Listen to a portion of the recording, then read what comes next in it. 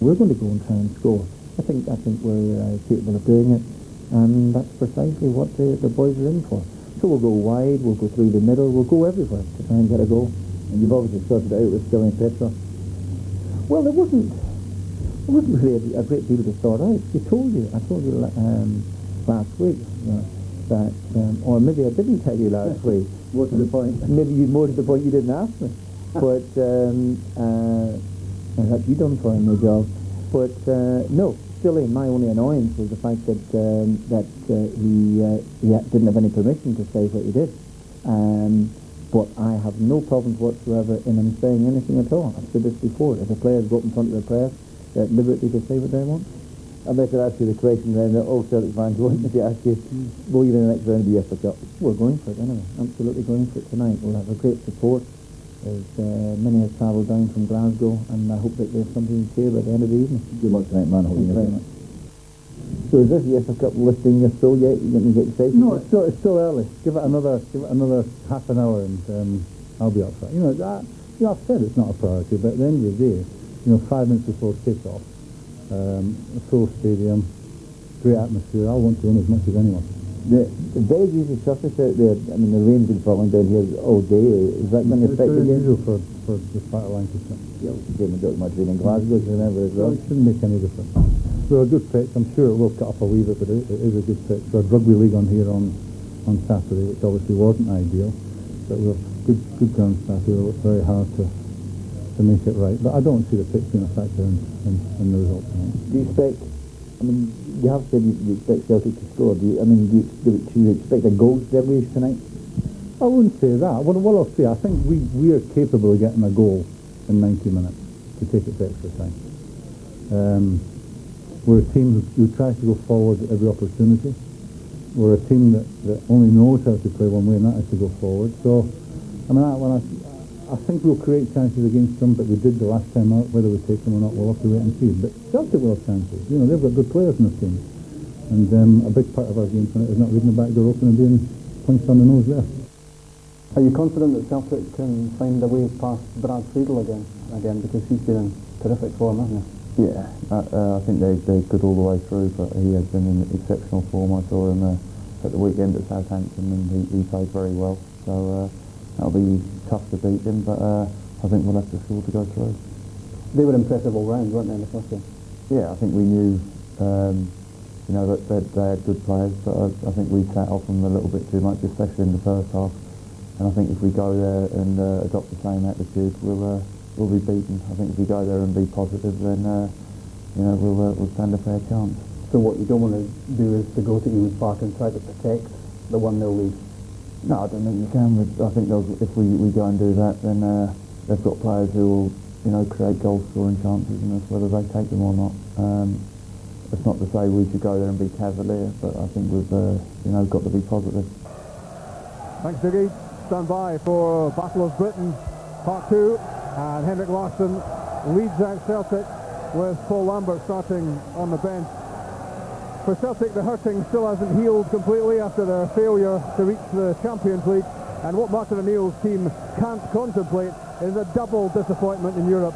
And as with the two-leg tie against Basel in the Premier European competition, Celtic are in front after the game at Celtic Park. It was 3-1 last time. Most people thought that would be enough. Most people thought Celtic would score away from home. It didn't happen.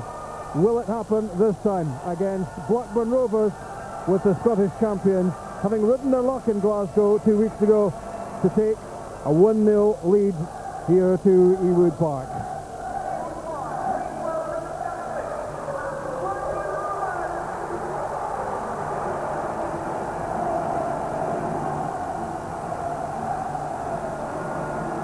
Act 1 was in Glasgow a fortnight back. Act 2 in Lancashire, in front of a full house, 32,000 crowd.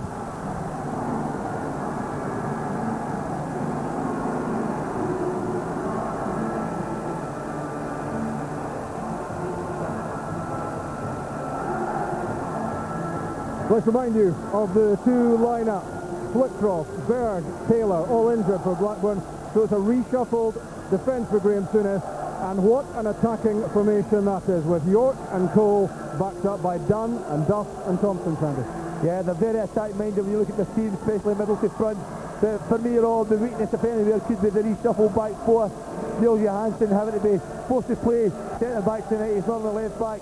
But behind them, they've got a very, very good goalkeeper in Brad Friedel, and hopefully Celtic will get past him tonight.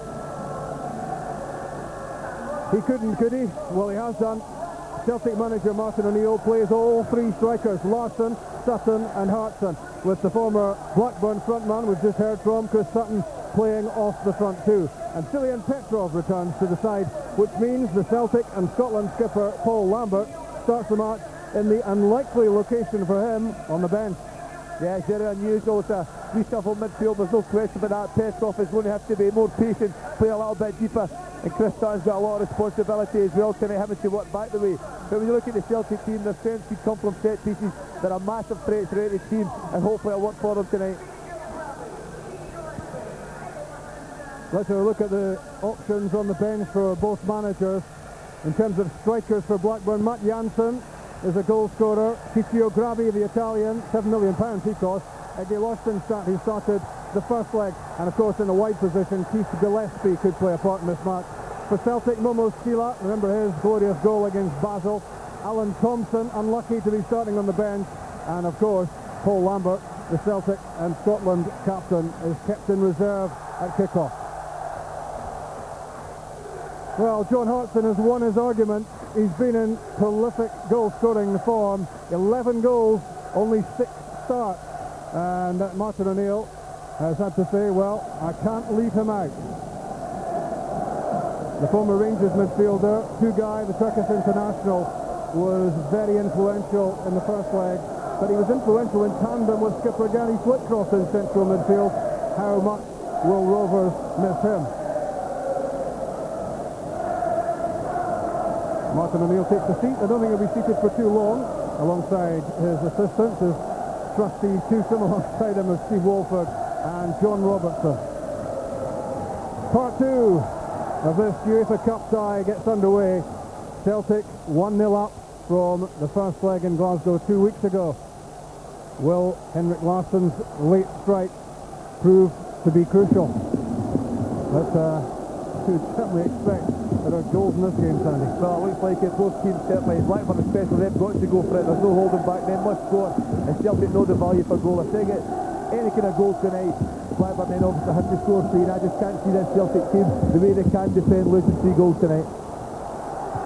Rob Douglas, uncertain with his clearance, and almost set up Damien Duff. And Joos Valgaeren reacted quickly to the potential threat. The ball seemed to bounce awkwardly in front of the Celtic keeper before he cleared. He was an important player for the Scottish champions in the first game. This time it's a Blackburn pass which goes astray, and Henrik Larsson has a free kick.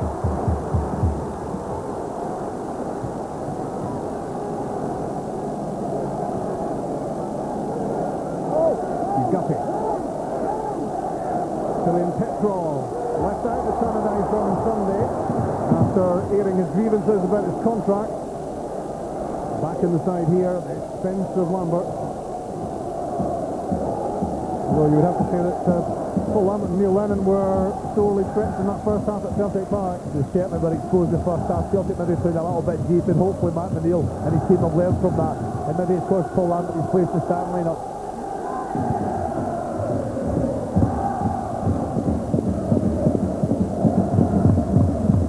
From David Dunn to Brad Friedel, who goes into hospital on Sunday night for a cartilage operation. He's been playing with knee problems for a long time, and finally Blackburn have to bite the bullet and say you'll have to have surgery. And how Blackburn will miss Friedel, because arguably the top goalkeeper in the Premiership this season. You know, the way he's played just now, if he's not 100% fit, just how could he be when he is 100% fit? He's an exceptional goalkeeper at the top of his form. He was rested last midweek against Walsall in the Worthington Cup.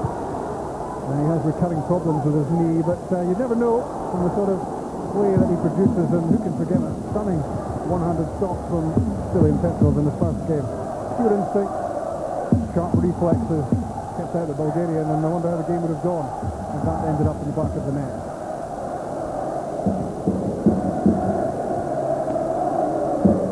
Good header from Ulrik Laursen using his fouled by Hartson. On Lucas Neal. John Curtis. Into the feet, to Dwight York. Useful. It's Damien Duff looking to set something up. And Joos Valgaeren simply spread himself in front of the Irish winger and stopped that ball getting in. That's a good tackle from Big Joos Valgaeren there. Lost his man to start with a very good recovery, and that man there, Damien Duff, is exceptionally quick. Johansson and Short, the two central defenders, both up. And the corner kick is poor, it doesn't get that far. Sutton was able to nod the ball away. He was 5 years here at Blackburn, and of course won the championship, the premiership, in 95. And that total strike pairing was Alan Shearer.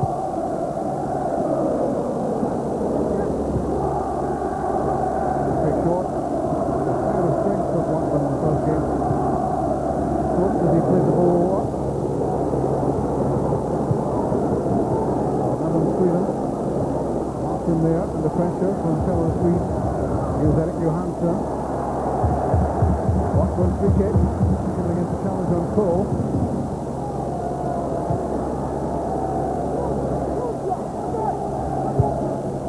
And the line from Lucas Neal.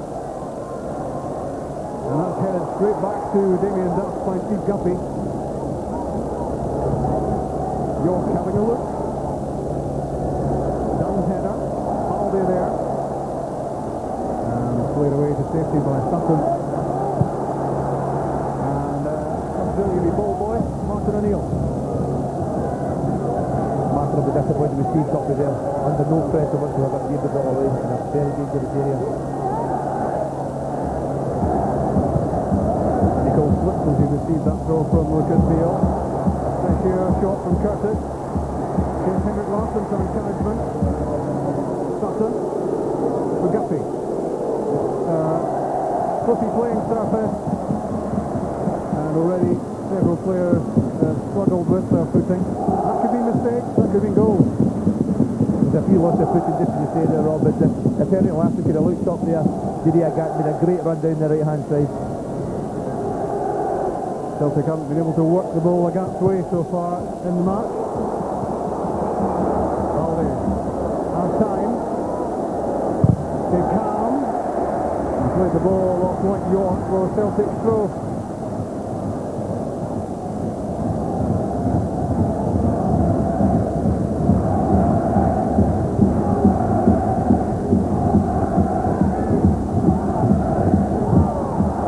Was a hefty old challenge from David Thompson on Stilian Petrov, free kick. He's actually handball more than anything else here, but he's very late with the tackle as well. Stilian Petrov could have got a full one. That was a full set. Curtis with the header away, and as far as Neil Lennon. Long-established partnership with Lennon and Lambert broken up. Andy Cole's pass, cut out by Valgaeren. Petrov was intended for Didier Agathe. Very good, but not quite that way. It was a poor pass from Stilian Petrov there. Put it towards the corner flag and give Agathe a chance. I got a chance. I thought you were going to break in the song there for a minute. Oh, no, don't want that. 6.5 minutes played at Ewood Park. Blackburn 0, Celtic 0, and of course, overall, still 1-0 in Celtic's favour. Dwight York play off. John Curtis has room to drive into. That's for Cole. Out comes Rob Douglas, who made a great save. So important. Cole kept himself onside. Worrying for Celtic and how easily they were opened up. And Guppy. And it's Neal and out. But the first real threat from Blackburn at the other end. First real chance in the match, and Andy Cole onside, definitely no question, and Rob Douglas, that's a fabulous save. Had to get there, read the situation very well. Well, he was a hero in the first game. In a couple of very important stops from Thompson and from Dunn. And that goes into the same category to keep out Andy Cole. Such a prolific scorer of goals all over the years. So Hartson helped out by Chris Sutton, who gives it away to York, and Balde has it back. Did well. Used all his strength, all his power to win back possession. He's a very good defender, Bobo Balde. Not the best user of the ball, but he's immense when it comes to tackling and getting his body in the right place. That was Johansson winning a header against Hartson. Back from Petrov. Let's hear from Chick, who's been monitoring events in and outside the ground. Well, it's down backside first of all. Martin Neal's been out having a word with Stilian Petrov, I think. He wants him to help to check the runs of David Thompson down the right side of Blackburn Rovers and saw the danger of him in the first leg. And James Dennis might want to know how important this game is. The commercial manager told me tonight that they will make £1 million from this side, Blackburn Rovers. That would take 3 European sides against other European opposition to make that kind of money. Neil Lennon, Stilian Petrov, Larsson. Petrov hit the deck, and John Hartson fails to hit the target. That's a chance for John Hartson. He's probably more time than he realised. Larsson and Petrov trying to play the 1-2. John really, the first touch was poor, it was under his feet a little bit. Couldn't get any purchase in the ball and ended up forcing and tried to chip it, but well over the bar. Of course, that's that situation where you're looking then for the free kick for the nudge from Petrov as he was trying to play the 1-2. Yeah, the referee played advantage and give him credit for that. But encouraging from Celtic going forward. Martin and will be reasonably happy with the start of the game apart from the cold chance.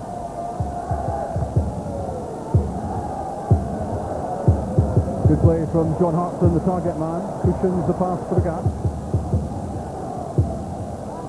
Neil Lennon, who scored the winner against Blackburn last time he played Rovers. That was for Leicester in the League Cup 3 years ago. Chick, you told us about inside, what about outside?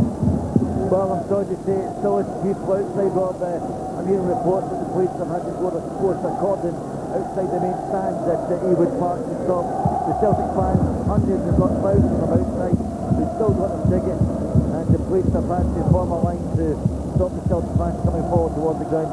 Still more trouble out there. And no goals at Ewood Park in the first 10 minutes. Second round, second leg, UEFA Cup. Chris Sutton off Hartson to Agathe. Was a crack at goal for Didier Agathe, but he looks to be in two minds about what to do. Couldn't make his mind up. It's not a good effort at all from Didier Agathe. The pleasing thing for me is he's getting lots of space down that right hand side, and as soon as Celtic become aware of it, with the pace he has, he can certainly get into areas where he could create chances. Italian referee Cosino Bolognino. Couldn't be any other nationality really, could he? Could not have been scored. Certainly been a decent starter here at Ewood Park.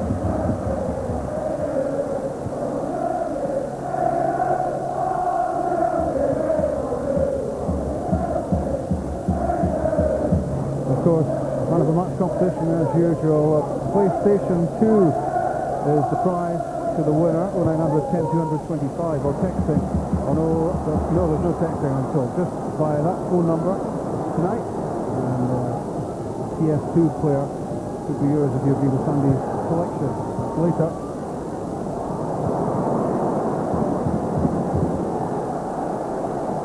Two guys. This pass cut out by Stilian Petrov.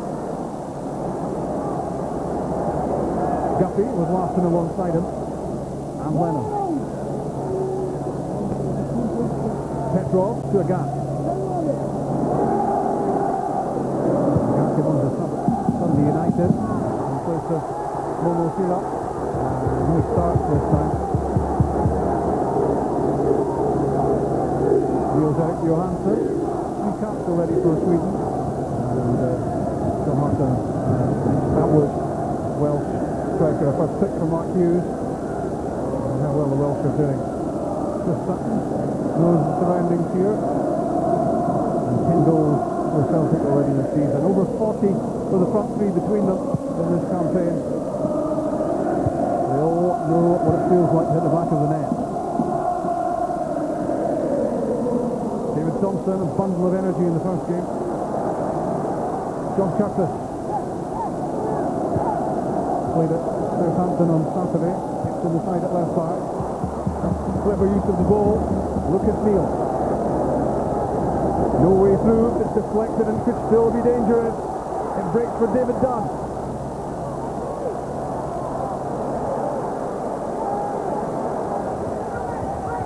The Australian Neil. Straight down the throat of Joos Valgaeren. Celtic can't really get it away. Thompson. Off Petrov. Neil. Another chance to cross. And Didier Agathe got that away in the nick of time before Damien Duff, who was panting, or ready to bounce at least.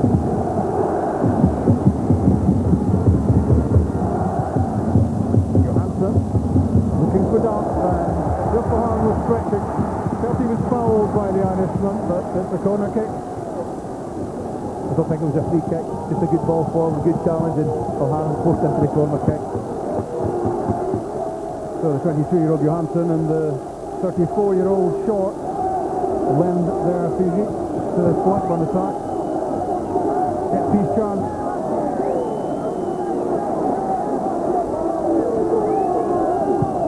Nearly 14 minutes played. Up against Lennon. Good hit, good save. Well behind it. Solid stop from Douglas. Has to keep his eye on this all the way. It's nice to see that Douglas at top bottom, Damien Duff here.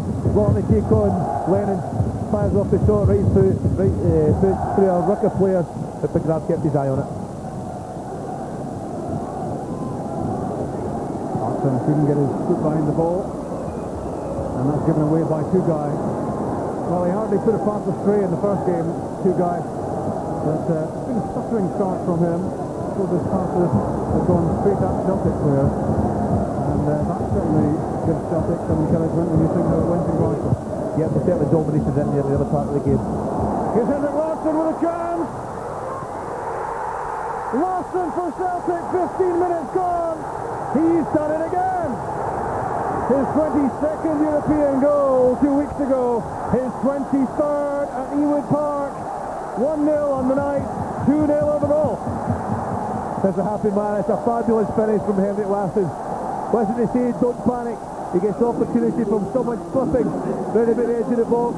Two players going. Larsson didn't wait. Judged his time to perfection. When it looked at the goalkeeper and just tipped it over him as casual as you like. It was formation flipping there with Hartson going first, then Short, and Larsson was in, and he doesn't tend to miss these. He just lofted it over the diving Friedel. And a glory moment for Larsson, yet another one to add to his collection. Henrik Larsson's 21st goal of the season in his 19th game. And how big is that one? Oh, it's a massive goal. You can't be surprised though. He got the goal in Celtic Park in the first leg. You got a bit of stick from some of the players at Blackburn, the management at Blackburn, but that's the way he answered them, put the ball in the back of the net. Shit trouble in the stands we hear. There's a trouble in the stand opposite the main stand, Rob. Some Blackburn fans stuck forward towards the Celtic support after the goal. The stewards were in very quickly.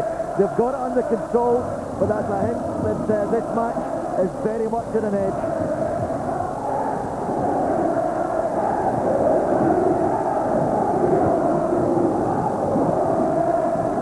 Damien Duff kept out by Valgaeren, and Graves now has a problem.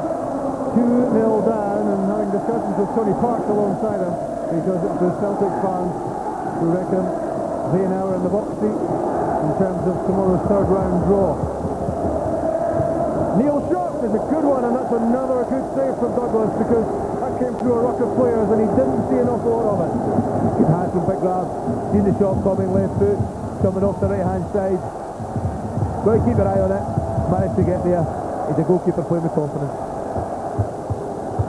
And there's been a lot of heavy rain, as there's probably been right around the country, and obviously that's made the top of the surface here skiddy, and we've seen already players slipping and sliding around. That's what created the goal for Henrik Larsson, and that's what makes these saves from Douglas so impressive. The ball skid up all over the place, but it gives Larsson enormous credit. Didn't hang about, didn't wait. Seen the opening and took advantage. Cole overrun it. Neil Lennon intercepted, and Larsson in again. It Henrik Larsson, and he doesn't quite get his angles right this time. He is such a threat, and Blackburn is struggling to cope with him. He's still confident. He picks up any loose ball at all. Works really hard to get there, but just seen the goal again. That's a magnificent finish. That's real class. Top class. There are some who doubt the validity of the claims that Henrik Larsson is world class, international class. A lot of people south of the border that sniffy, and most of his goals come in the Scottish Premier League. But put him on the big stage, put him in the World Cup finals with Sweden, put him in the top European competitions. He does it everywhere, and it's difficult to doubt the class of Larsson. A goal late on at Celtic Park, a goal early on at Ewood Park. Celtic 2-0 in front overall. And it's the Celtic supporters who are making all the noise. And Martin O'Neill will be as usual cautious still.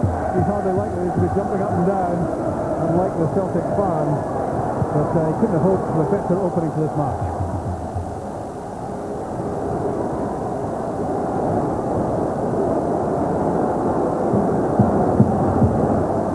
Wants a new set of boots together. Yeah, he came across to have a word with Graham soon as he's wanted to change into longer stud. You talked about the Greece of Sutton, and he has a problem with that. Tell you what, Rob, what punters want to trouble with Henrik Larsson scoring the first goal? Oh, it's a 10-1 in Scotland for that bet this afternoon. Did you feel that half crown on that you were talking about? I went all the way to a 10-bob note, actually.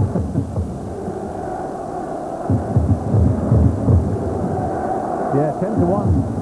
Bookies were offering against Henrik Larsson getting going to go. You haven't seen him play too often. I think that must have been the English bookmaker.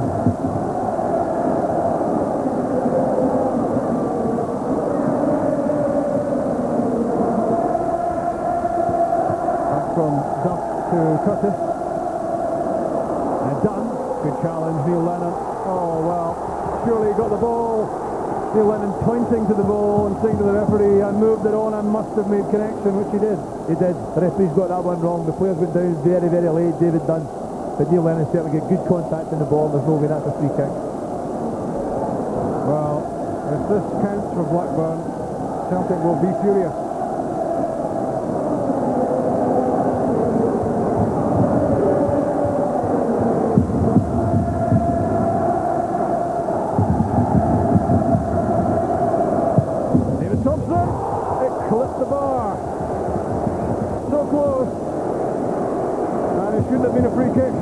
Maybe a corner kick after the free kick. It's a decent hit.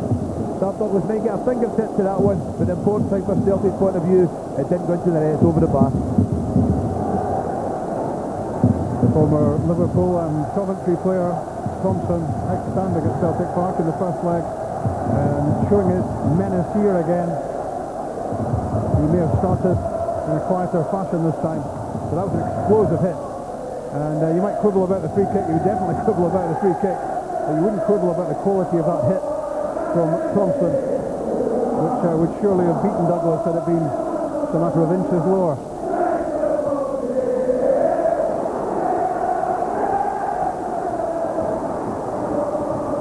Celtic want to shift out of Didier Agathe tonight, up and down that touchline, and they're already threatening the Blackburn defence. They've already breached the defence, and if they can get Agathe on the move, that gives them another option.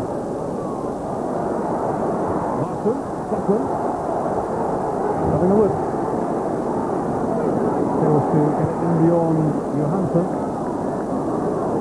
Lifted down by York for Tugai, and now Thompson. Away from Lennon. Good challenge. Was that a telescopic leg that reached out to stop that one? Great tackle.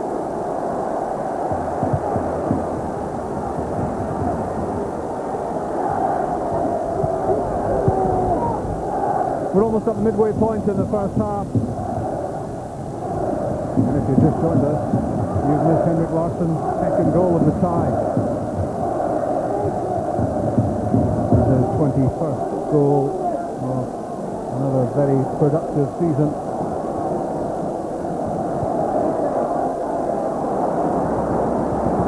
John Curtis on the overlock. And for Tugai. Gets his pass away to David Thompson. That's good defending from Valgaeren. Back to top form now, I think, Joos Valgaeren. He's playing very well, but when you look at Blackburn attacking, Celtic are getting absolutely spot on. They're getting lots of bodies behind the ball, leaving very few gaps to make life difficult for them. Good pass from Dunn. And again it was Valgaeren plugging the gap, positioning himself so well, staying calm, staying composed, and in the absence of Dianbobo, Valgaeren has become so much more important to Celtic. Long ball from Sutton. Craig Short is there. And free kick in against Larsson.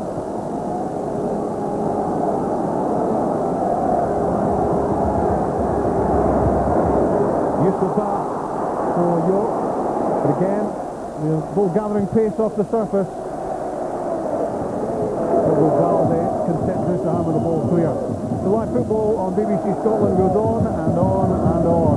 On Saturday, it's third against fourth in the Scottish Premier League at East End Park. And Trevor Hunt will be with us from 2:15 because you'll see not just the live matches and Trevor, but you'll see all the other Premier League goals from next weekend as well. You miss nothing on this channel. It's the only place to be for Scottish Premier League football. That's a foul by Sutton. I don't think there'll be too many arguments about that one, not even from him. Nah, it was probably more than anything else, but competitive. Celtic have got to make sure that they compete for every 50-50 ball. And just a little bit, you just see Chris here. Taylor Lane, two guys. Nothing dangerous, major. Chris Sutton leaving his calling card. That's a poor one, poor touch from Damien Duff. Normally the ball sticks to his feet. Lennon, Didier Agathe.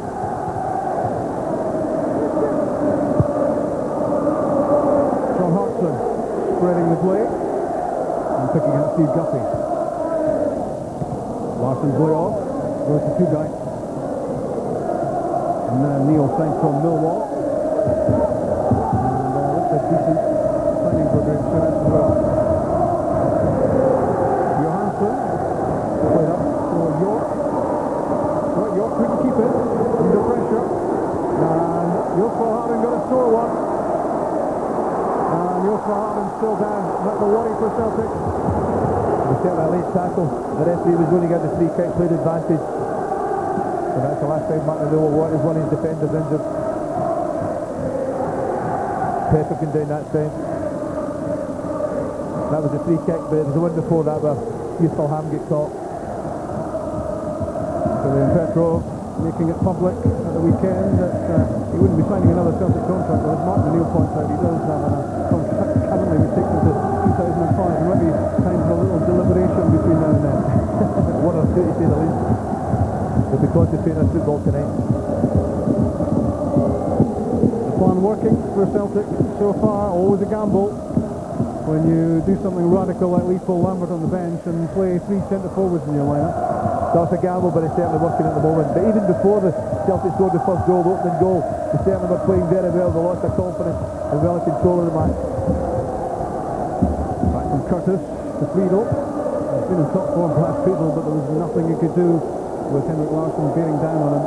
He did everything he could to stop the ball going in. It was so cleverly chipped over the keeper by Larsson for the only goal so far. 1-0 in the night, 2-0 overall. But a long way to go. And David Thompson has already clipped the crossbar. Neil showed too much of it to Steve Guppy, who can now roll it down the line to Larsson. A wild challenge from Thompson. It's a hard challenge. I think it was a fair one, to be honest. Henrik Larsson said it for holding the ball up. Nowhere to go. All I wanted to do was win the throw in. You try telling him that was a fair one. Henrik sees him coming, don't worry about that. That came off the head of Sutton. And out.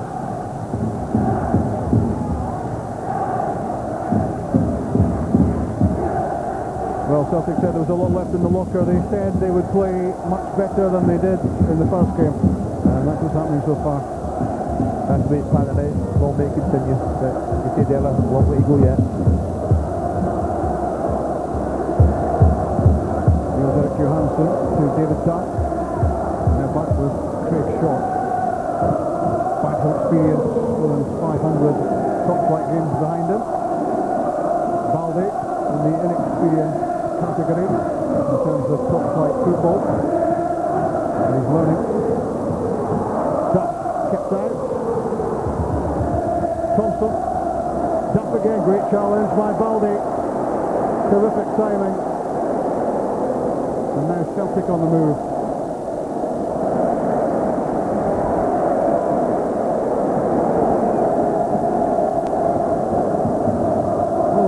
Celtic technical area must be pretty good at the moment, and certainly the scoreline makes good viewing from Celtic and from a Scottish viewpoint, with the champions of Scotland 1-0 up on the night. The one danger early on is the movement of Cole and York. The 1-2 round about the edge of the box. Celtic have to be really disciplined, and Ewood Park was a minute ago, and keep their eye on the ball and make the tackle.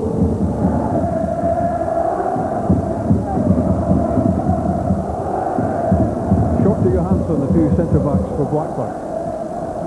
Locked it on for Andy Cole, but you knew the minute the ball was played there by the centre-half that Andy Cole would never catch it. It's got to be played into feet.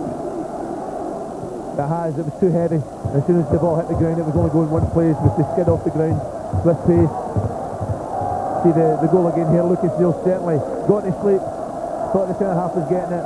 Henrik Larsson wide awake. So we'll see that goal a lot of times over the next few days, I'm sure. He's got the switch, Sandy, but he's unlucky as well. He's not expecting his centre-half to lose his footing, is he? But then Larsson was so quickly on the move, wasn't he? So he's telling James soon as that one. Well, Hartson struggling to get a grip of the pitch, that is. Again. Key to being effectual, Didier Agathe so far. That's the one string that's missing from Celtic's goal. Well, remember now, the rest of this game's all about defending properly. Don't lose 3 goals in a through, so you don't worry too much about the attacking aspect at the moment. Just try and play and catch them on the break. Great bit of play from Neil Lennon to get the pass back to Steve Guppy. He was fouled in the process by the looks of it, but he got the ball away. Here's the gap. Valgaeren's cross. The flick. Neil plays the header to Tugay, and now Curtis.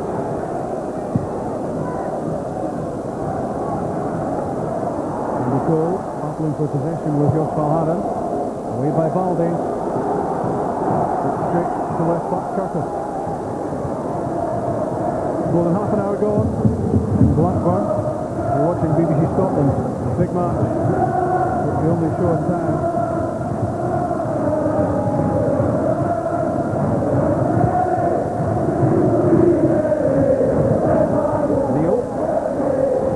By the pass from Tugay, but short.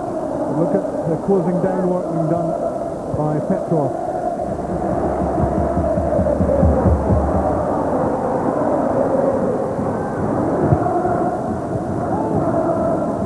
Good touch from Cole. But Celtic pressuring all over the pitch, Sandy. They're working very hard, and not allowing the Blackburn players to run off them. And every 50-50 ball they're managing to get a toe at the ball, a touch on it, and clear the danger. They're defending very well so far. Remember, Blackburn just 3 points off third place in the English Premiership. They had a good start to the season. They've beaten Leeds and Arsenal and Newcastle, among others. And won the Worthington Cup as well in March in Cardiff. They will qualify for this UEFA Cup competition. Short, and Johansson had to hurry, and that's out. And they're not looking too happy, the central defensive pairing, I don't think, Sandy? Well, we do if you play against Henrik Larsson in this for a bit. The thing about Larsson, whether he's playing well, whether he's struggling, the one thing he always does is work extremely hard, put defenders under pressure, doesn't leave them a second on the ball. And when that happens, if you haven't got real quality, you're going to get the ball away. 0900 10 225 for man of the match. You can win a PlayStation 2. Your choice agrees with Sandy. Is it Henrik Larsson? Will it be somebody else? There's a lot to come in this match, and no one taking anything for granted at this stage. Did Andy Cole use an arm to control it? I think he did. I thought he was playing basketball there. Hartson Goalscorers. He tried to disguise it from the referee, but unfortunately there's no way you get away with that one.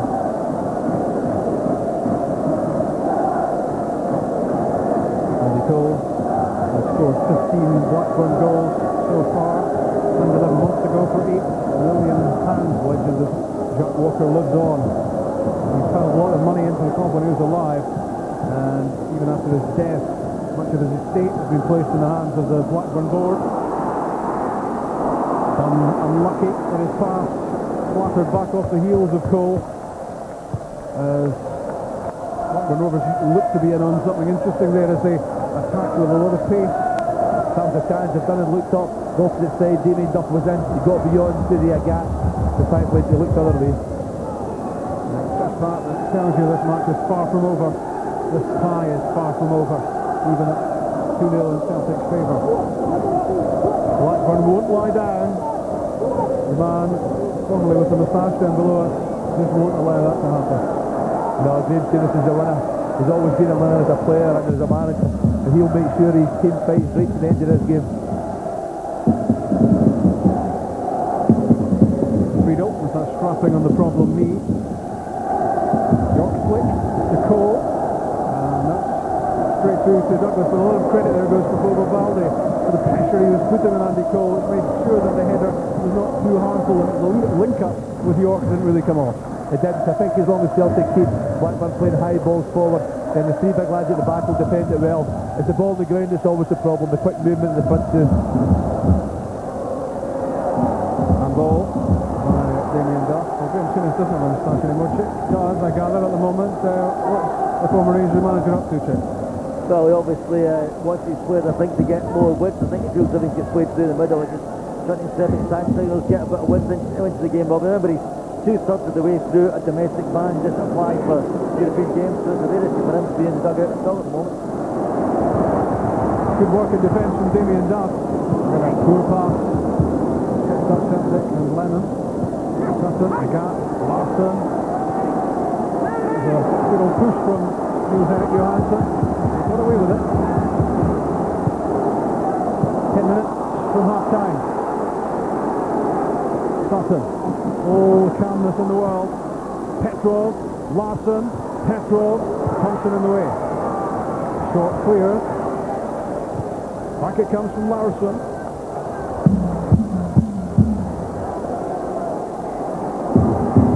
Neil. David Thompson. Chase for Andy Cole. And good work from Valgaeren. He's not too unhappy about conceding the corner kick. The important thing was he got there first. He had to get there. Take no chances, just knock it out, give away the corner kick and get organised.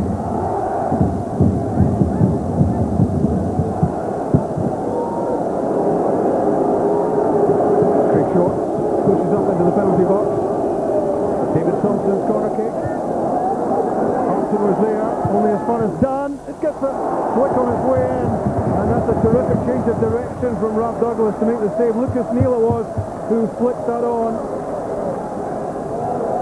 The high corner kick right to the back post, not the best of headers. Son picking up, obviously one thing in his mind to hit the shot, to the deflection. And that's Rob Douglas right place, right time again. As he changed his feet, and that's more difficult to actually look. And I think Chick Arthur O'Neill was pointing out the dangers posed there by David Dunn's positioning. Well, I certainly heard from here when the corners get lined up, he was screaming at someone to come and pick up Dunn at the edge of the box. He was thought it one mark, and Martin Hill, if you didn't hear him, I think everybody up in the crowd did. Shot from Dunn, the flick from Neil, and again, a good solid first half from Rob Douglas, and that gives confidence right through the team to Celtic if they think their keeper's in that sort of form.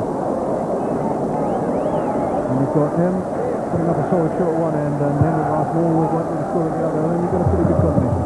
Yeah, they're strong right through the team. Three central defenders, the missing the album, there's no question about that, but they've now got a very good understanding between them who defend well.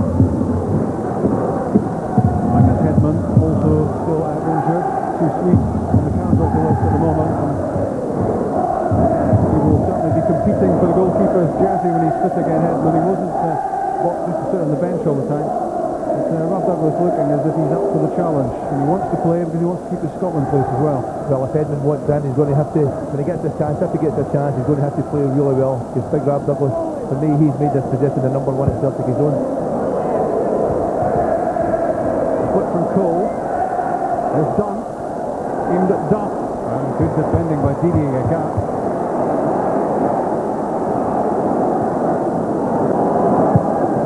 Valgaeren fires it forward. Sutton did so well to do with that. Petrov plays it wide to Guppy.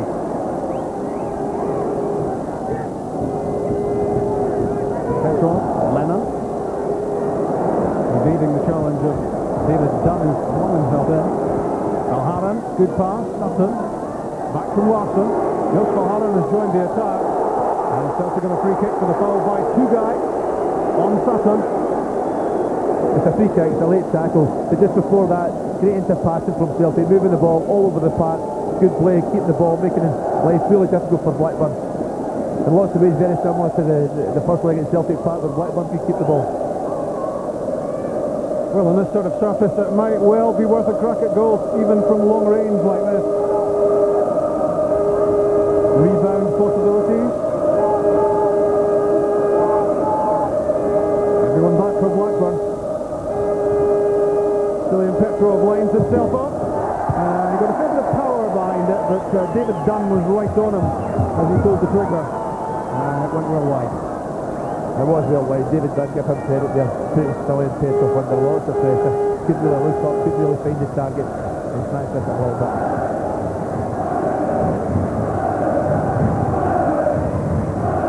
Well, just 5.5 minutes left of the first 45. Plus any stoppage time to be added.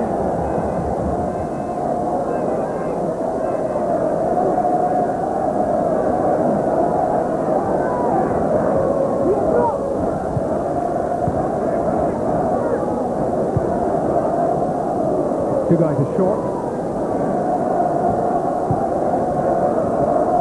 The dump. Knocks it down to Cole. And he was caught. And he won a free kick against Valgaeren's challenge. I think it was actually for high leg more than anything else here. I think Joos Valgaeren got the ball, but his leg was very high. And the Italian referee deemed that dangerously. Well, this was just the position from which David Thompson struck the bar earlier in the first half. Rob Douglas will be on his toes here.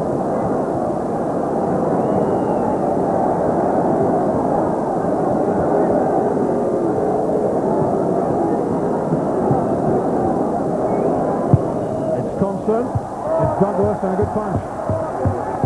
Took the right decision. He'd blown white shirts all around him there. And decided to take the safety first option, and got good contact. It was a variation of a free kick, wasn't it? Tried to catch Celtic out. Big Rab made his mind up, decided to punch, and cleared it.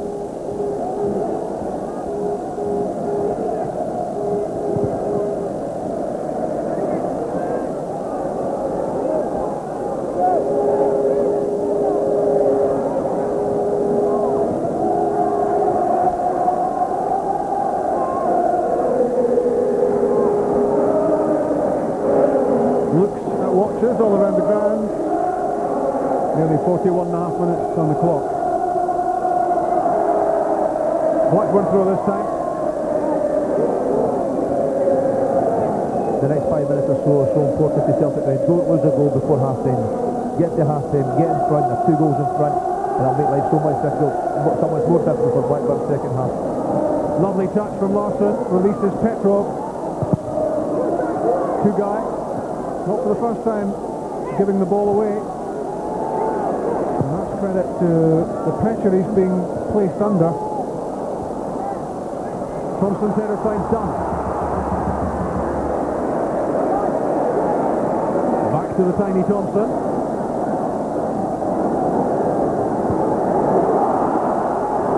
Again David Thompson, off Laursen. And Petrov fires clear. He was a threat in the first leg and nothing much has changed. Thompson for Blackburn looks the man most likely to hit back. He's a good footballer, he's very good on the ball, he's very, very dangerous. Looks as if he can hit a shot, and also very creative. As I said earlier, Celtic have lots of bodies behind the ball and willing to throw any part of them and at the end of the road to make sure he stays away from that goal. Two guys pass intended for Andy Cole. He stretched out, tried to get a touch, tried to kill the ball, couldn't quite get there. I mean, a first half frustration in the main for Cole, who had that chance early on. He was thwarted by Rob Douglas, and there hasn't been too many glimmers of opportunity for him since that moment. Laursen, Balde, both went for the header. Valgaeren to Sutton, steps over it. John Curtis saw it coming. And Duff, fouled by Agathe. That's a good free kick to give away. It's a dangerous area, but Blackburn are going to break down that left-hand side and certainly stop the play.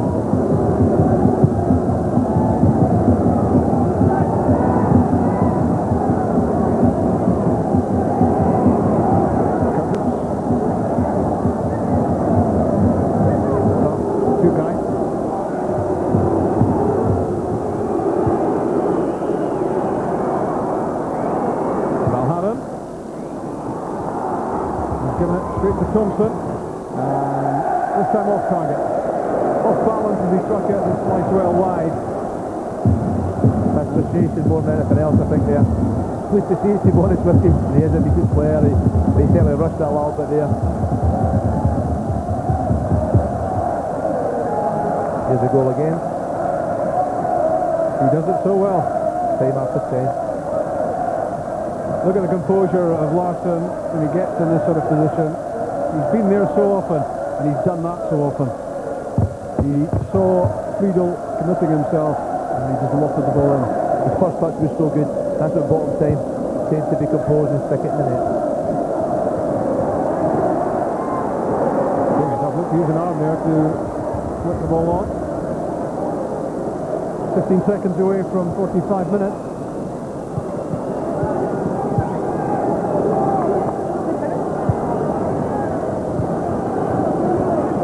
Cole dropping deep to pick up possession.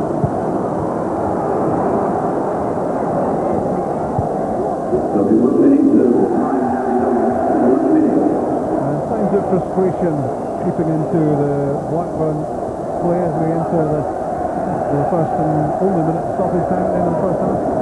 Yeah, they are frustrated. I'm sure James Jones will talk about that at half time, try to get them settled down again, try to lift the pace of the game if they can. They have to get a goal soon to start the second half, but Celtic are so determined tonight and played so well for 45 minutes. The captain, the goal scorer, Henrik Larsson.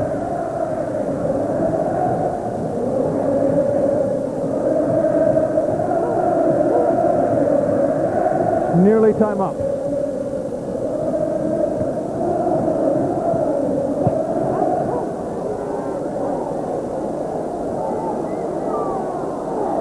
Sutton's challenge on Tugai.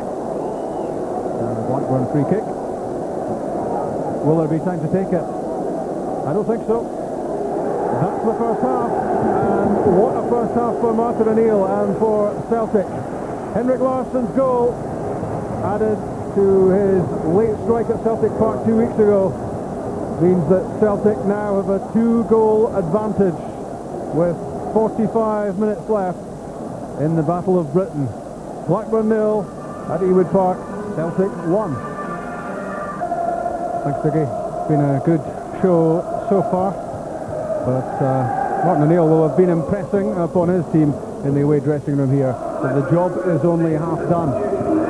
Despite the fact that Blackburn needs 3 goals to progress in the competition, Celtic have to, as Jackie McNamara said, continue doing what they're doing. And there's the Blackburn change during the half-time interval, the former Manchester United and Newcastle winger Keith Gillespie on, and John Curtis, the left back, off.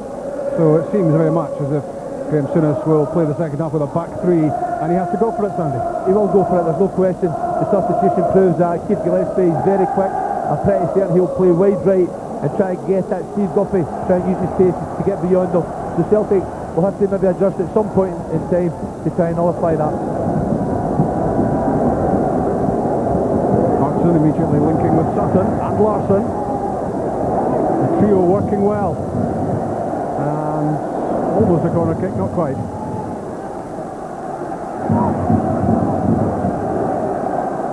Spun the wrong way off the corner flag.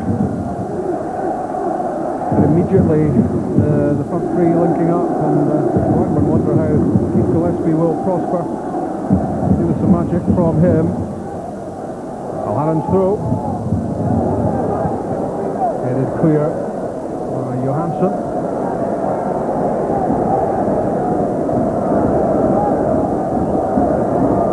Celtic really have to just begin all over again. They've got to forget all about the fact they're 2-0 up overall. They have to continue to try to play the way they've been playing tonight, Sandy, so far. Playing in a normal system, a normal style. Don't try to change. Do what they're good at. Defend well. Hit the break. And play good passes. That's an early encouraging sign with Didier Agathe doing good work to win possession for Celtic. And Petrov has to move it under pressure from Thompson.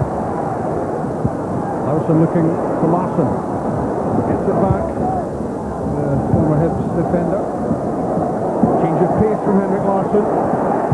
Here's a chance. Not far away. Brushed the outside of the net. On its way wide. Good effort. A great shot from Henrik Larsson. Steve Guppy thought he may have been offside when he played the ball to Larsson, but again Henrik didn't hang about. There was always one thing in his mind, that was to have a go. Friedel had it covered, but what's the effort?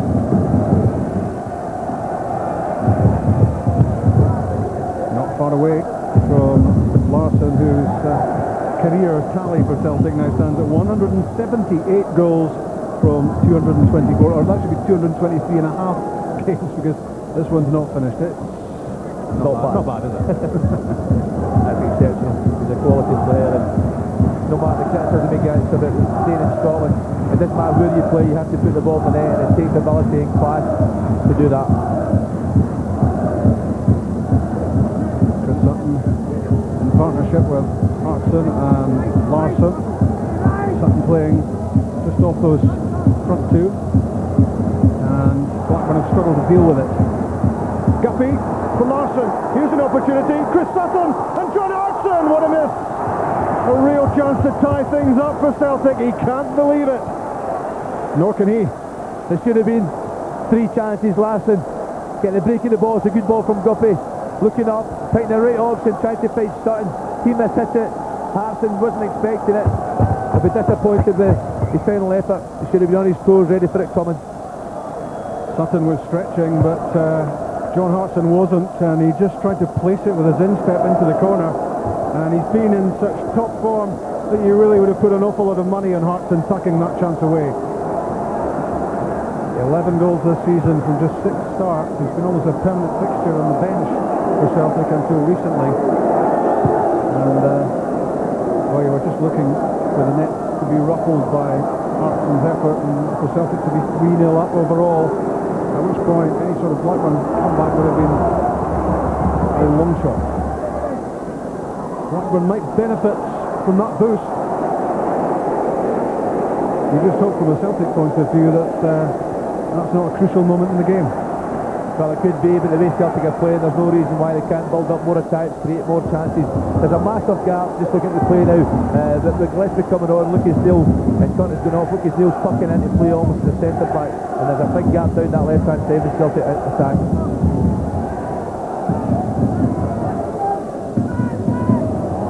That was Dwight York, so he is on the pitch. Gordon in the studio, I think he was wondering if he was actually out here. Good first touch from Graham Souness as well, and not a bad second touch either.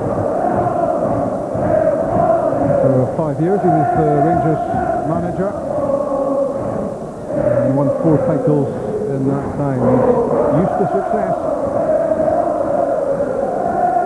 and he's building a pretty impressive team here at Blackburn, although at the moment having to play second fiddle to Celtic. And that was out, despite Henrik Larsson's best effort.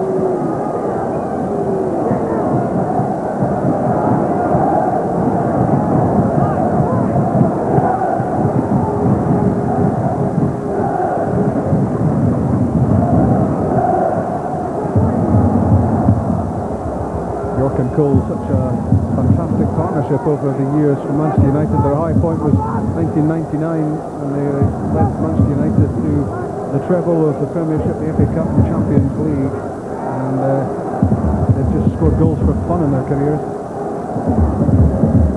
Celtic have a pretty tight rein on them at this moment. The two strikers from Blackburn look very despondent at the moment. They don't really have any belief that they're going to get anywhere.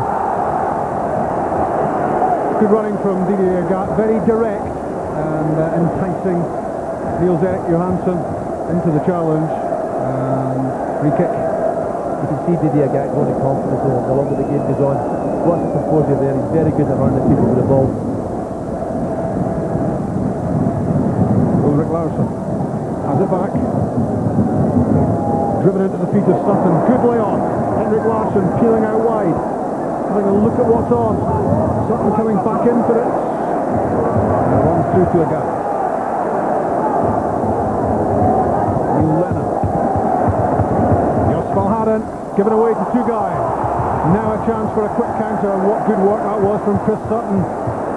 He got in the way of two guys and he took the sting out of a possible counter-attack there. A great play from Sutton, working so hard off the ball to make up for Valgaeren's mistake.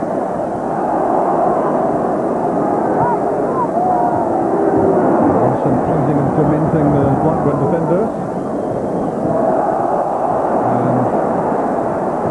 Dianbobo Balde winning that battle with Dwight York, who really didn't want to know.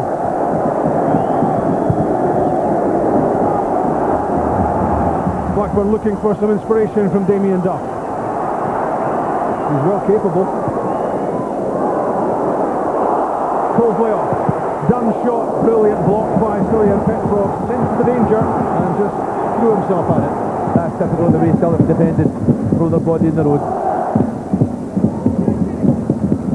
There's urgency about Blackburn, there has to be. They need 3 goals. Duff tries to get beyond Lennon. Useful ball in. And the header is a disappointment from David Thompson. Didn't really get over it, although he's got a long way to get up. He was under a lot of pressure. A decent ball in. Good pressure from Celtic. A little bit of a free header, but not his best strength obviously in the air. Been a good start to the second half. That's all the statement is gone, and this is Abdul's first touch to the ball. What does Martin O'Neill make of it, I wonder? Chick knows. There's much encouragement from Martin O'Neill towards John Hartson, just getting that header on, and might finish that instruction in the moment. Rob, here's Larsson. Working with Hartson. Tries to get beyond short and wins a corner kick. Going to finish, Chick? Yeah, sorry, I was interrupted by that. Chance another one for Celtic. I think Martin O'Neill's trying to tell John Hartson not to get stuck too much in the middle. He wants him to drift right a little bit more, come off Larsson a little bit more. He's saying that all the time to him, but certainly going well up to now. And believe it or not, this is Celtic's first corner kick. None of the back three venturing forward. In from Guppy, and he picks out the head of Chris Sutton at the near post. Wrong side of the post. The great header, the great run. That's one from the training ground. Good ball in from Guppy, pace on the ball. Great run from Chris Sutton, getting across the front of the defender and only 6-7 inches past the post. Lucas Neal was struggling to cope with the physique of Sutton and also the timing on the run at the near post, and good delivery from Guppy.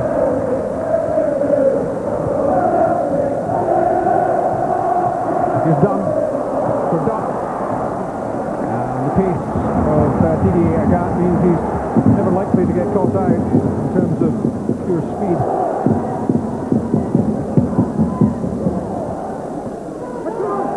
That was out, and the frustration continues for David Dunnan, for his teammates. They're not going their way at the moment. No, that's because Celtic are working so hard. They've got lots of confidence now, but they're playing exceptionally well, and they're determined to hold on to this lead that they have, and have deserved to lead at that.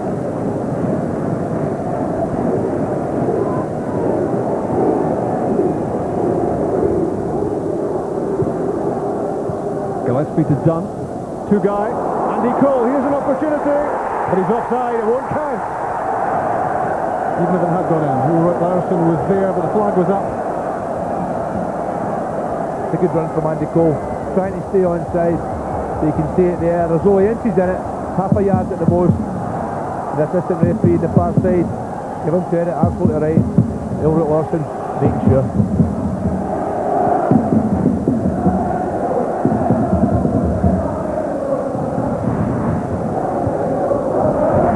One of the frustrations for Graham Souness is he hasn't been able to play York and Cole and Duff often enough in the side, and this is I think the first time they've been together in 3 months. Maybe the last time they've been played tonight. He's got to be disappointed with his front two. They don't really seem to have a lot of hunger, desire to get in about the big Celtic defenders. He's done. He looks lively. He was a danger to Celtic in the first leg when he came on as a sub. And he could be a danger here as well, but Blackburn have made a lot of unforced errors as well as everything else. They look a bit nervy. That's due to the fact that things aren't going well for them. The Celtic, their work ethic, it's always good, it's always 100% effort. And tonight that's allied to good organisation.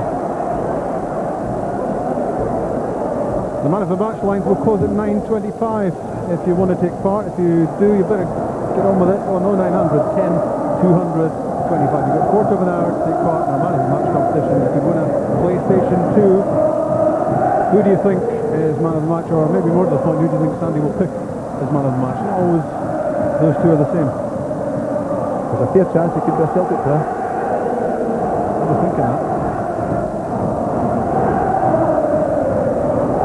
Are Celtic heading into tomorrow's third round draw in the UEFA Cup? They certainly think so at the moment, they hope so. And they have got that 2-goal cushion, which means that Blackburn have to score 3 times. Even if Blackburn were to score twice and win this leg, they would still go out because of Henrik Larsson's away goal. Neat flick from York. No! And straight at Rob Douglas with Andy Cole waiting in the middle, waiting to apply the finishing touch. Larsson lost it to Neil and immediately wanted it back. Not want to rest on his laurels, Henrik Larsson. He's, apart from his prolific strike rate, he's full of energy and full of industry. He gives it everything he's got. He's a brother professional. The last 5 minutes or so, Blackburn have shown a little bit more of a threat.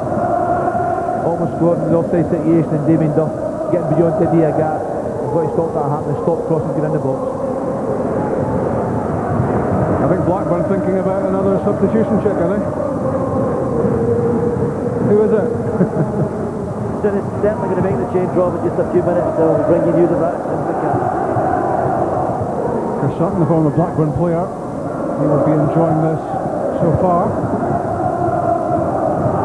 Premiership winner in 95, good pass. Finds Steve Guppy. He really has played the position well, Chris Sutton. As well as being an attacking threat for Celtic, he's done a lot to stamp out the influence of two guys.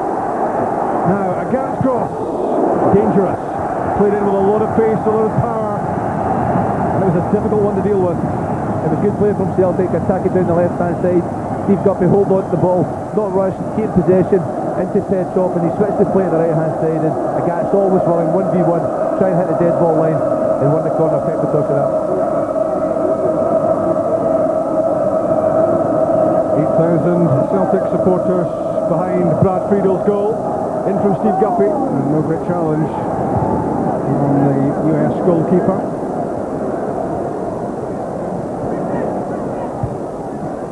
Hooked away by Lennon. It was short. Cole to York. This looks promising for Blackburn with Gillespie. Trying to get beyond Laursen, and what a waste for Blackburn. Poor delivery, and Andy Cole's facial expression tells all. It's a chance, Gillespie, acres of space, he's got good pace. Take Laursen on the outside. He should really go across the front of the goal, try and hit the back post if anything, it might get a deflection, went for the near post. Rob Douglas, I think, had it covered anyway, but that, again, that's a poor effort from Blackburn. Yeah, the goalkeeper's positioning was perfect at the near post. You could see there in the rerun that there was little chance that Graham Souness' team would hit back there with the effort from Gillespie. He really should have tugged that back across goal, and there was fury written all over the features of Souness there as we saw him standing on the touchline. Steve Guppy, that's useful, and it was awkward for Brad Friedel. He had to adjust in mid-air. Corner kick. A good touch from the goalkeeper. Guppy, good play again, testing Gillespie's defensive qualities. That might just ended up at the top of the net. Friedel take no chances, touching it over.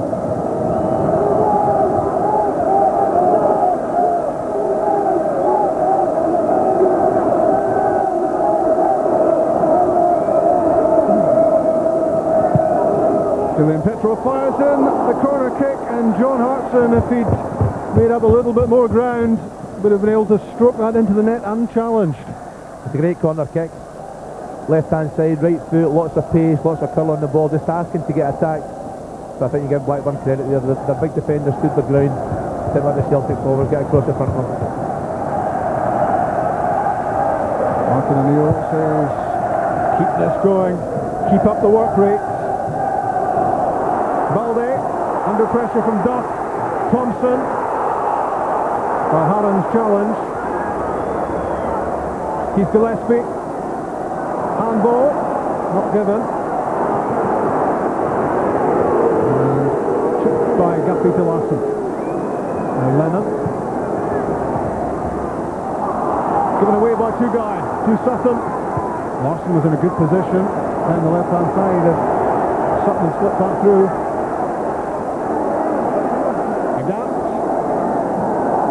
Kept out by David Dunn.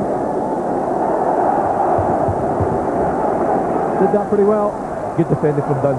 The gap was trying to take him for pace, but recognised what he was trying to do. Made the right run, got the right angle.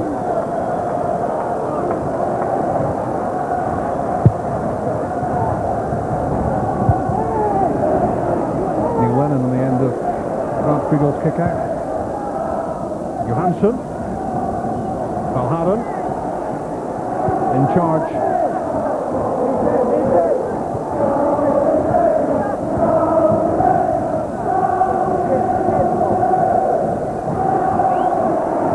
Gillespie's pass, Andy Cole's run. Juggled by Rob Douglas. And he held it before the follow-up Blackburn players could get there. I thought it was offside here. If anybody is Didier Agathe is playing him on. But Cole wasn't hanging about. Fired off his shot, the big grab again. Got his angles right. It wasn't the best of first touches, but quick enough to pick up the second one.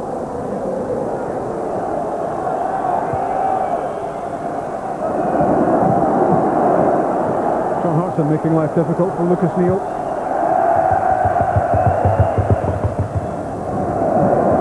The word we hear is that Matt Jansen will be the player who comes on as a second switch for Graham Souness, with Keith Gillespie having been brought in at half-time in place of John Curtis.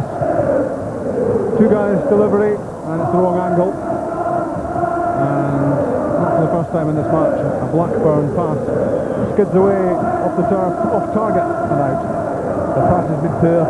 I think it's the fact that Celtic have defended really well. The three in the middle have done exceptionally well, and Agathe and Guppy have dropped off when necessary. And that man there, Rad Douglas, he's been a hero when necessary as well tonight. End of the match for Dwight York. He shakes his head because he's had very little impact on this.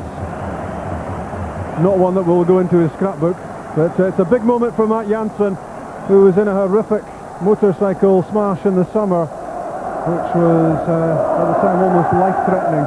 He's made some recovery, and he's a top player as well. 16 goals last season, and he was on the brink of the England squad for the World Cup.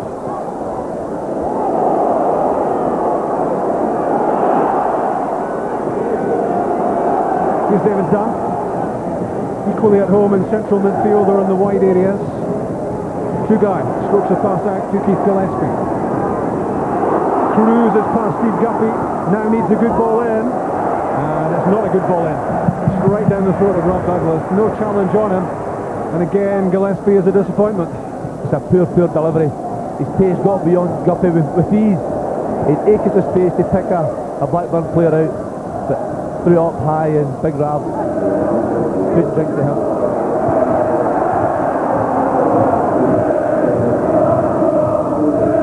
Keane was coming out with Graham Souness' ears down below us. He didn't look too happy at the earlier one from Gillespie, which missed the target. And as he lofted that one into into the arms of Rob Douglas. I think if Gillespie had any nearer, so he's having a big bother. Good movement from Andy Cole, but movement which took him into an offside position. Yeah, good play from Celtic again. Joos Valgaeren recognising if he lets him go, he's in behind him. I don't think he was offside.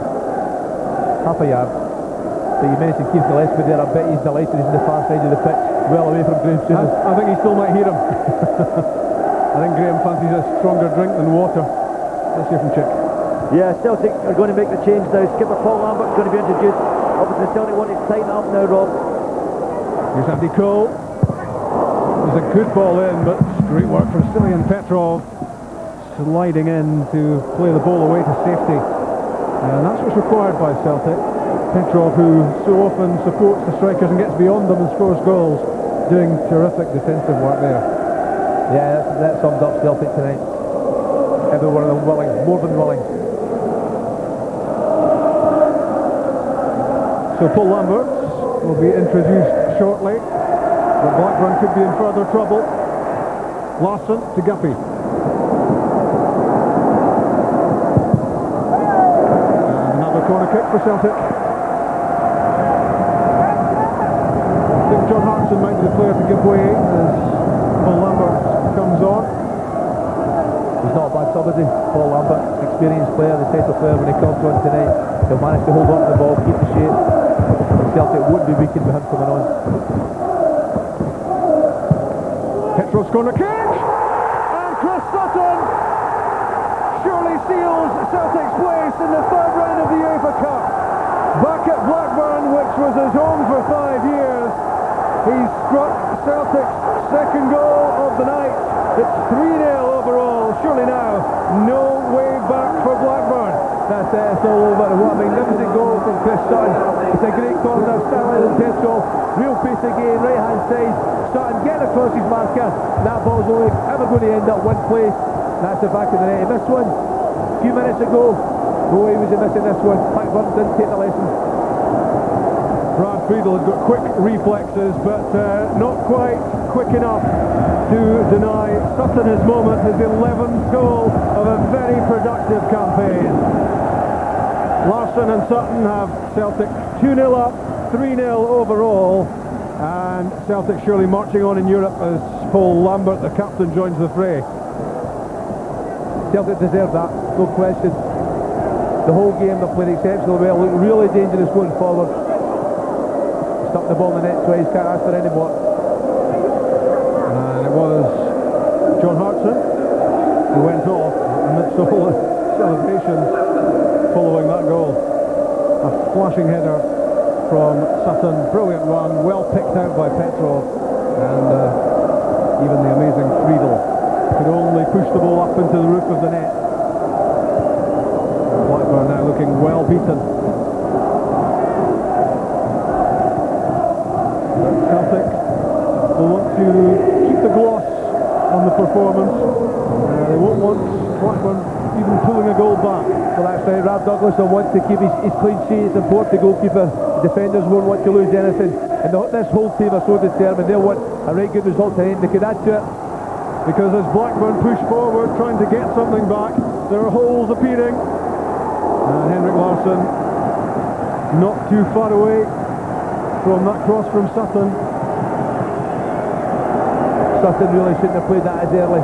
Larsson, if he just delayed the pass into the box just for maybe a couple of seconds, I'm pretty certain Henrik Larsson would have got across the front of Johansson.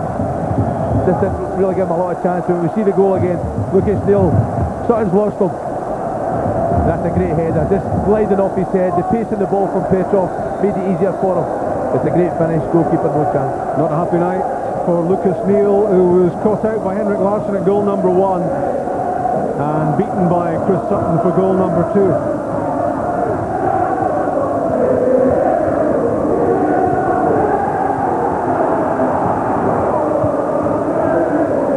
Think about great Celtic performances under Martin O'Neill, games against Valencia and Juventus and Ajax, terrific showings against top teams. But this one's got to be up there, Sandy. There's no question. And when you look at the first leg, everybody said Blackburn were the better team. There's only one way to answer them, and they've answered them big time tonight. Because despite losing at Celtic Park, there was still cocky noises coming out of Ewood Park about what Blackburn threatened to do to Celtic. No inferiority complex about Graham Souness's side, but at the moment it's looking very conclusive. Look at that aggregate scoreline. Blackburn 0, Celtic 3. Totally deserved. I think there's a fair chance Celtic, if they really want to, they can add to this. Blackburn look really dejected. You can see it in the supporters' faces. But there's a lot of happy Celtic fans here tonight. Yeah, a few candidates for I Am Jolly in the Blackburn crowd there. Hardly surprising though, because their side has been outplayed here. Celtic in control, and here's Paul Lambert. For Larsson. Petrov. Might well have elected to have tried a quick hit there, Petrov. Lost his chance. Now counter-attacking Keith Gillespie. Good challenge. Ulrik Laursen. Corner kick. That's a great challenge. Larsson certainly didn't give up. Gillespie's got great pace going forward, but Larsson watched the ball, stayed on his feet, avoided a little shimmy. I think made a good tackle. I think the 5-foot-long legs helped him there. Short header, and Rob Douglas touches the ball round the post, and he was under a fair bit of pressure there as well. And the Celtic keeper has been a hero.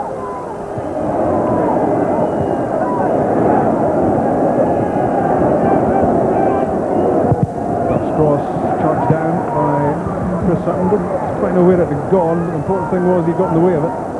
Sutton's been incredible today. He's worked all over the park, middle of the park, back defended, scoring goals. That's throw. Didier Agathe there. And who's hearing about up front, trying to get on the end of it? Henrik Larsson. That was out. Well, he's got to be happy, hasn't he? Martin O'Neill with what his side has come up with here tonight, and sending out a strong message about the quality of the Scottish champions. Not only will he be happy, he'll be extremely proud. His team have really performed for him tonight. He took all the criticism after the first game from just about everyone. Kept quiet, kept his dignity, and answered them back. Yeah, and what he kept on saying, Martin O'Neill, was, yeah, we did play pretty poorly, and yeah, we were outplayed at times, especially in the first half by Blackburn, but what was the result? But remember at Celtic Park as well, Celtic didn't play as well as they played tonight. They defended every bit as well. Rob Douglas was man of the match that night, and his defenders in front of him all played well. And they've added to that tonight. They've defended every bit as well, but they've created lots more chances and been much better attacking wise. That's a late one, David Dunn. David Dunn on the fringes of the England squad. Momentum's at the moment internationally for Chris Sutton.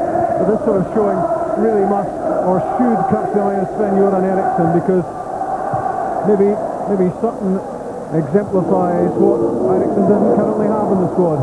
Well, I tell you what, you look at some of the players. Andy Cole played for Blackburn tonight, and compare him with Chris Sutton, and there's no comparison for me. Sutton's attitude, apart from anything else, is better, and he's got real quality. Gillespie lost it, but it, fortunately for him, broke through to Matt Janssen. Duff skips away from Agathe, squares it to Tugay. Too high. Tugay too high. Far too high. It's not a great effort. It's a despondent effort. It's really a token gesture to try and get back in this match, try and get a bit of pride back. Never much a chance of any Turkish delight there, I don't think. And talking of delight, none of that in that area either. It's the Glums, isn't it? Tony Parks and Graham Souness. They realise that their European run is over. They've lost to the better team, it's as simple as that.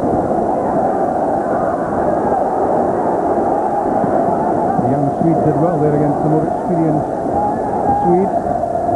Johansson, the 22-year-old, played that to off Larsson.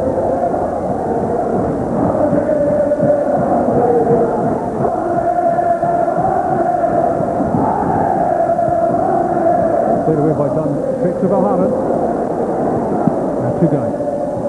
Gets it back from Cole. Not away from Janssen. Rob Douglas, not content to doing good work inside his own territory, outside the area there to act as sweeper.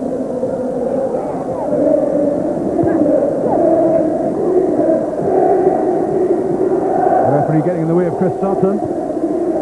Good play from Petrov. Janssen under pressure from Sutton. Two guys are done. Another good challenge from Petrov.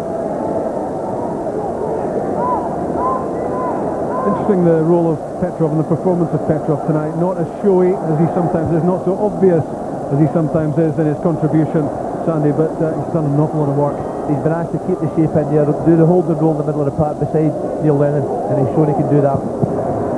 Thompson's shot charged down by Lennon. And Guppy plays the ball forward for Henrik Larsson. And again he's asking big questions of Craig Short. Craig. Well, it's nice to hear you complimenting Stilian Petrov. I think he's about to be hooked. That's always the way, isn't it? Coming onto the park. Indeed, it is Stilian Petrov. Obviously, Martin O'Neill's almost got a live link to you guys. It's usually the man of the match nomination that does that. So a great show from Petrov. Done well in his return to the Celtic side, and gets a hug from Martin O'Neill. He would have got a hug round the throat, I think, on Sunday morning as Martin O'Neill read his papers, but Alan Thompson is on as Petrov's replacement. Petrov will be a little bit disappointed, but I think Martin O'Neill's maybe just making a point. You know, there's been a slight disagreement, obviously. Well, he's played well tonight, the game's over. And Martin's just maybe saying, listen, I'm in charge all the time. Celtic so much in charge here, so much in control. They must be loving the moment. And a good run from Paul Lambert. Receives the pass from Agathe. This cross doesn't really ask too many questions of Brad Friedel, but it was terrific running from the midfield, and it's a long way back. Yeah, I'm sure Paul Lambert will get back. Balde's header. Neil Lennon trying to get there for the knockdown. Cole. Gillespie. Alan Thompson got in his way. Right at the edge of the area. Keith Gillespie hopefully pointing inside the line. It was close, in fact it was inside. Yeah. It's a break for Celtic, really. If it was a foul, it was a penalty. Yep. I think Celtic have to be careful at the moment. The game's a little bit stretched for me. They're going for the third goal instead of just be nice and solid and don't give Blackburn any room to get back in.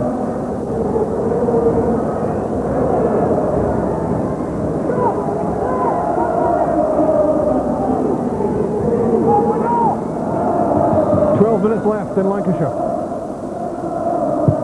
David Thompson's free kick deflected behind off Paul Lambert. Blackburn have a corner. It's a first free kick. Thompson, we know he's got better delivery than that. Exit. Blackburn supporters, a lot of them. They've suffered enough. And another good take by Douglas. You're almost expecting him to grab everything the way he's played tonight. Nothing much has been spilled. He's played very well. That's 2 games in a row.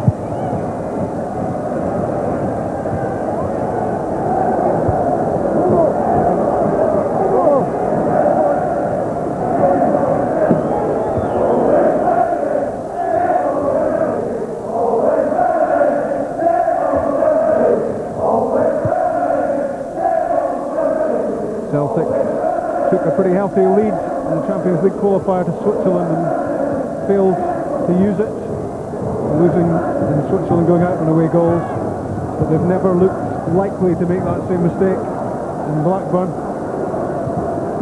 They've been in charge right from the start. They've been positive and purposeful, and they've pounced at key moments to make sure that Blackburn would be closed out. Every single player in the Celtic team have performed to their top form tonight, done their job.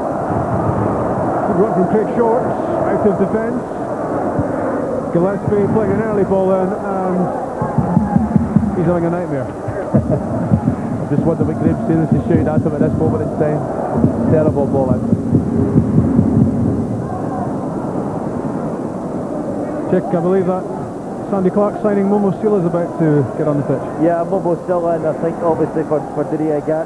Sure that will be confirmed in just a second or two, but Martin O'Neill obviously cheesy grin down here, content that he's steaming through and giving everyone a little taste of this European glory. Sula, who started at Tannadice on Sunday in the BBC Live match there, but giving way to Agathe as a starter for this one.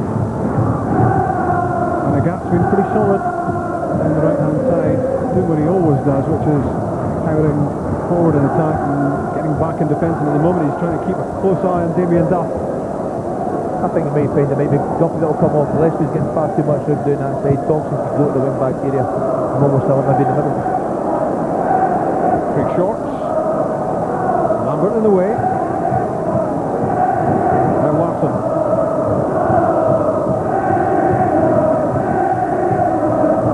Agathe to Sutton.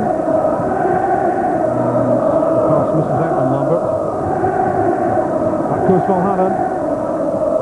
He's turned in another very tidy performance.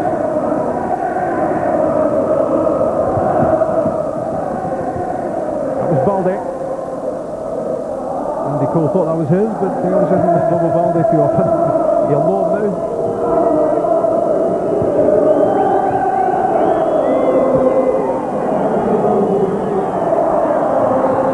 Free kick to Blackburn.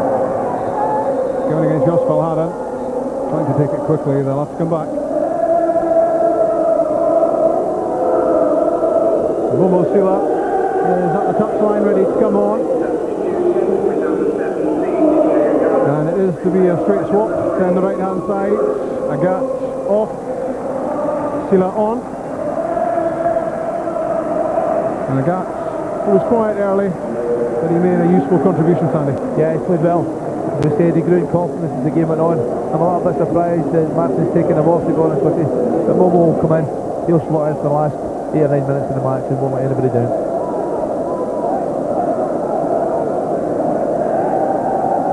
Set piece threat to Celtic. And a pitch invasion will delay the taking of the free kick. And time will be added, clearly, by Casino and Bolagnino. And he may think that he's on the telly, the pitch invader at the moment, but he'll have to be disappointed afterwards to find out that there's no exposure for him.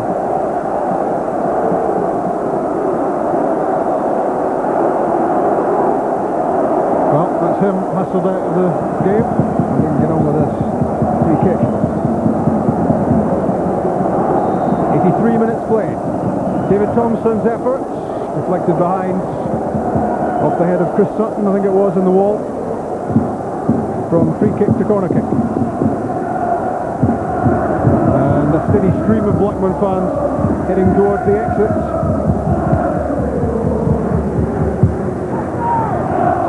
And that was out before it was in. And it's all fizzling out for the home team. Yep, it's gone. Celtic deserve all the credit. Streaming away.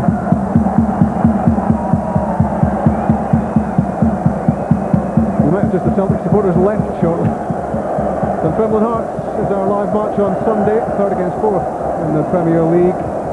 Both winners on Tuesday night in League and Cup. And highlights of everything else from the Bank of Scotland Premier League as well from 2:15 on Sunday.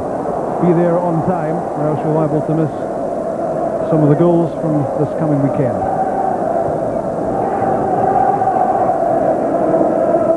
David Dunn. David Thompson, no way through. Two-guy. Here's a chance, well, story of the match really, for Blackburn, as David Dunn fires over the top. That's a great chance. Graham Sheehan, you can see the disappointment in his face. They get the break of the ball here, but they're just not going to score. Bobo Balde put him under a little bit of pressure, but didn't hit the target.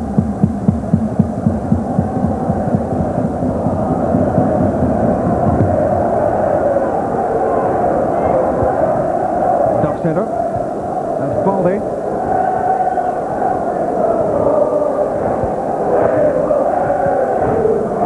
Hartson for Cole.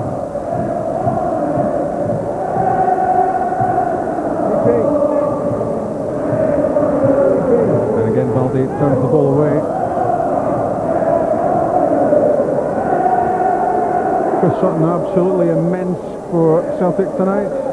Who's your man of the match? Well, I said there's a few contenders, Rob, but you just mentioned there, Chris Sutton's been immense. Brad Douglas has played well. Joos Valgaeren at the back's been incredible. Henrik Larsson, a priceless goal again. But that man there, Chris Sutton, he has been different class, different positions tonight. Worked so hard, real quality. I like the hard work, makes you a good player and a great goal.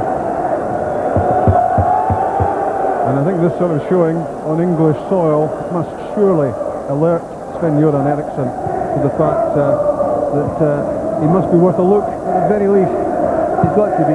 But better players down here, I don't really know where they are. Foul on Sila. Free kick to Celtic. And all the time, the seconds frittering away. And we're heading fast towards full time.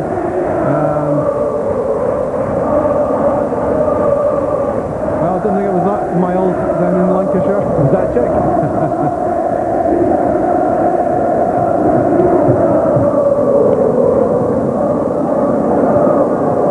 Guppy and Chris Sutton, Alan Thompson I should say, is offside. And still the Blackburn support is reducing dramatically.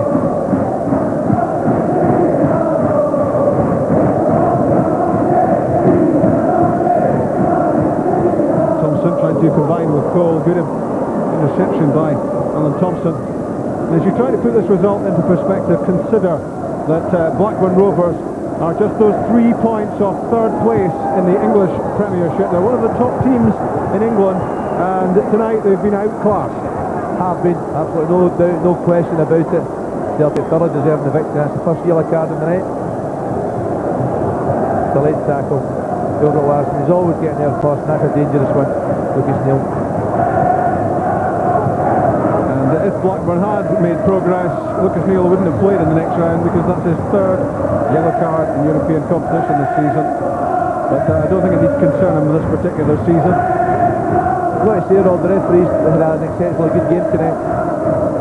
Italian Bolognese, is that his name? Something like that.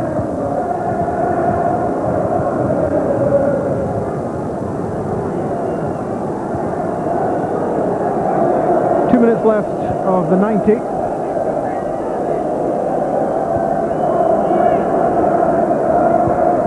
Blackburn 0, Celtic 2. Henrik Larsson and Chris Sutton after Larsson's first leg goal.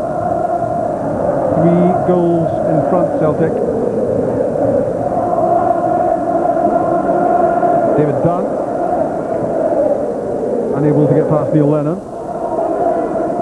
Now Blackburn try down the left-hand side with Damien Duff. Back for Johansson. Thompson, good turn, good effort, good clearance. Ulrik Laursen did so well. That could easily have been turned into the back of his own net. He got that absolutely right. Great defending from Ulrik Laursen there, pacing the ball.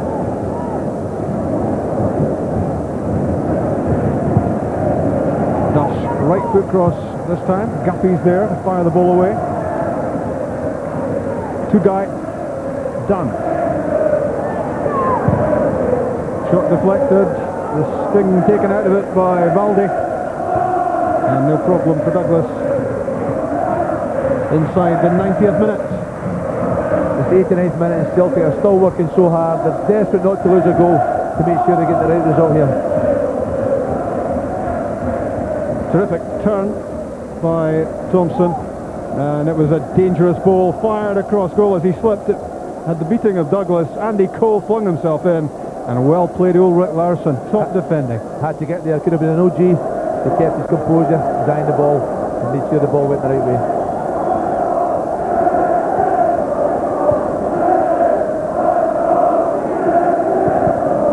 It's off Momo Sila, and behind for the goal kick.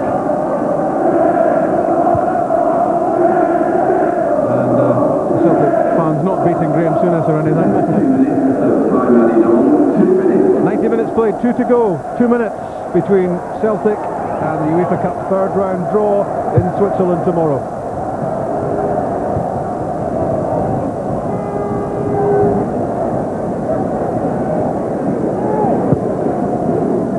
Valgaeren's clearance. Sutton's flick. He's still chasing everything. everything, even if it is a lost cause, Sutton. Thompson to Laursen. Ulrik Laursen playing just his 17th Celtic game, and he's grown as a player, developing under the management of Martin O'Neill. Two guys to Duff.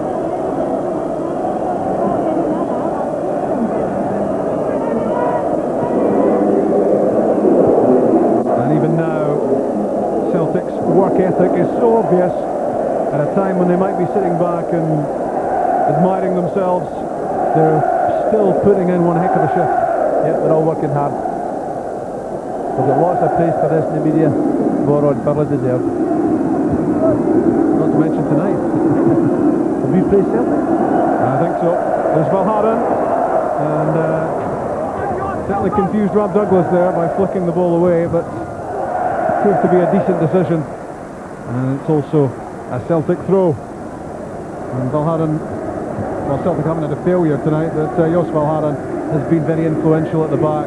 It gives them such a sturdy backbone. He's played really well. All the defenders have played well, especially the early part of the game when the score was 0-0 tonight. It was always going to be vulnerable, but they managed to keep their shape, keep their formation, and defend well.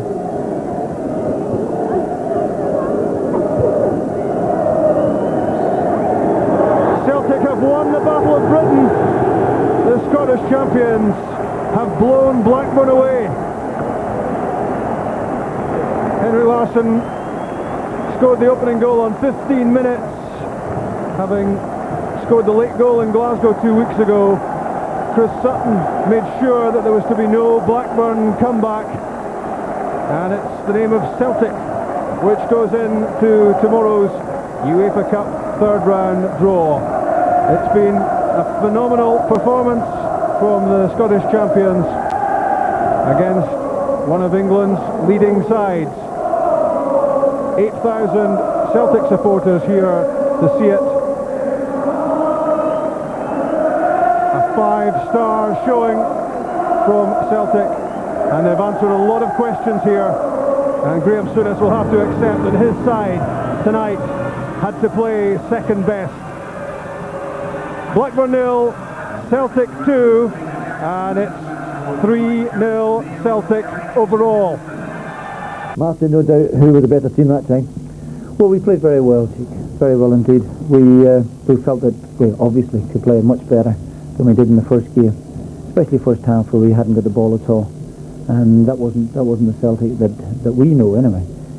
But this time we got a great goal towards the end of the match, and so we set ourselves up, and we knew that we could play, and we knew we could win the game, and we knew we could score, obviously, and we did that. Great goal by Henrik. Kept us going. A great save by Rob Douglas early on, which a big pivotal moment in the match, and but that gave us the confidence to go on and take the game, which we did. And the second goal by Sutton was terrific. We deserved to win. That must be as satisfying and rewarding a result as you've had as manager of Celtic. Well, I mean, we had some really good results, you know, absolutely. I think the time that we qualified against Ajax, when we played them off the pitch in Ajax, didn't play so cleverly at Celtic Park, and some really great results in the Champions League. And funnily enough, beating Valencia last season when we went out in penalty kicks was a big moment. But because there was a bit of pressure, you know, the old thing that was building up here about whether Celtic would be good enough to go and play in the Premiership and all that, and all the pressure was on us. And I'm delighted that the players dealt with the pressure, and they showed their mettle there tonight. Fabulous performance. Well done. Thanks, Martin. Thank you.